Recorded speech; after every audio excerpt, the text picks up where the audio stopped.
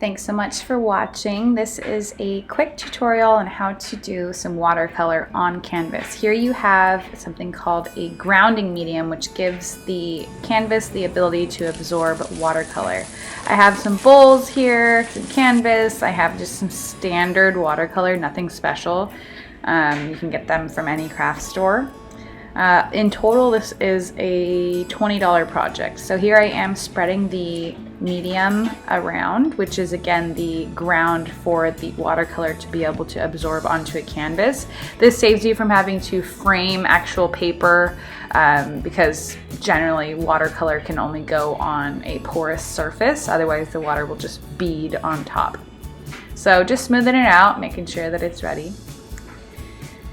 And now I am measuring to see where I want the center of the image. I chose to do arches, and the way that I'm going to achieve a nice shape is using a kitchen bowl here and measuring it about halfway, and I'm using my sewing ruler to make sure that it's straight and it's the right size to fit in the center of my canvases.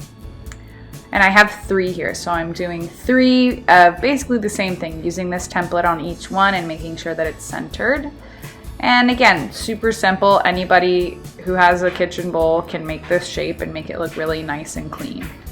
Now I'm just taking the little edges off. Now I'm ready, so I'm measuring to make sure that it has 3-inch borders all the way around. This makes the canvas appear like a frame. So I've got my 3 canvases prepped and ready. I've got my paint, I've got my brushes, and of course a little qua, kind of a beverage. So now we are mixing our color, and it's just 2 colors, super simple, and we're putting down the ground. What you want to do is make the canvas a little moist so that way it can better adhere the watercolor and spread it in a more even fashion. And you're going to work from the back to the front of the image. You're going to start with your base background color, and watercolor likes water, so the more water that you use, the more smooth the paint is going to come through. And I love watercolor, especially because it's such a quick drying medium and you can come back to it fairly easily. Your colors are going to stay very similar. It's not too complicated for mixing colors and things like that. So here I am just going to do that 3 different times. And then now we are moving into the image.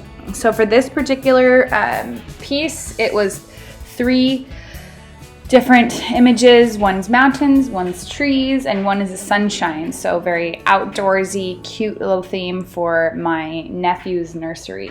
So again, anybody can do this. It's really, really simple stuff.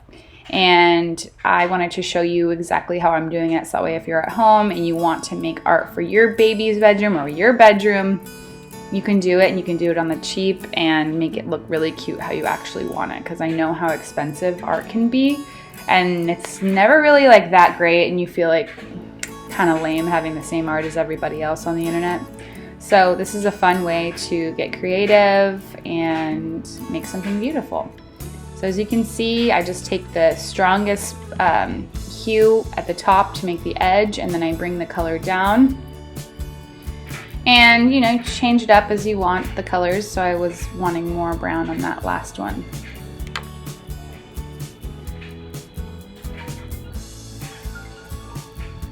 And here we go with the trees.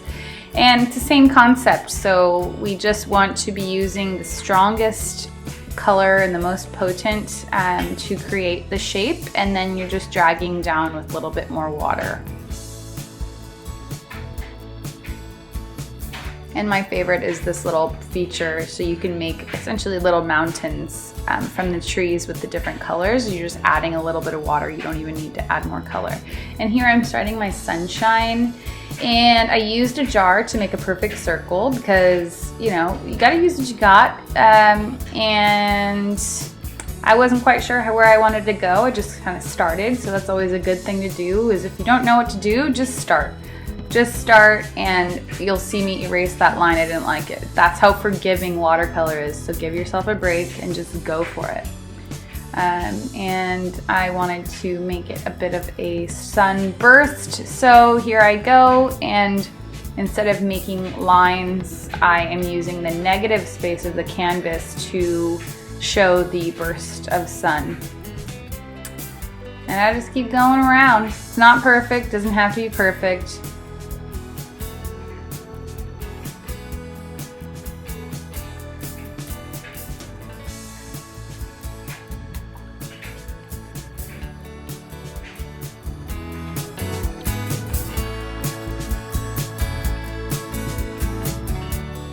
My camera dies before I have them all done, and then I gave them to my sister-in-law for the baby's bedroom. Here they are hanging. Again, super simple, super sweet, cute little thing to do for your baby's bedroom or for really anywhere in your house. I hope you found this enjoyable and follow along for more.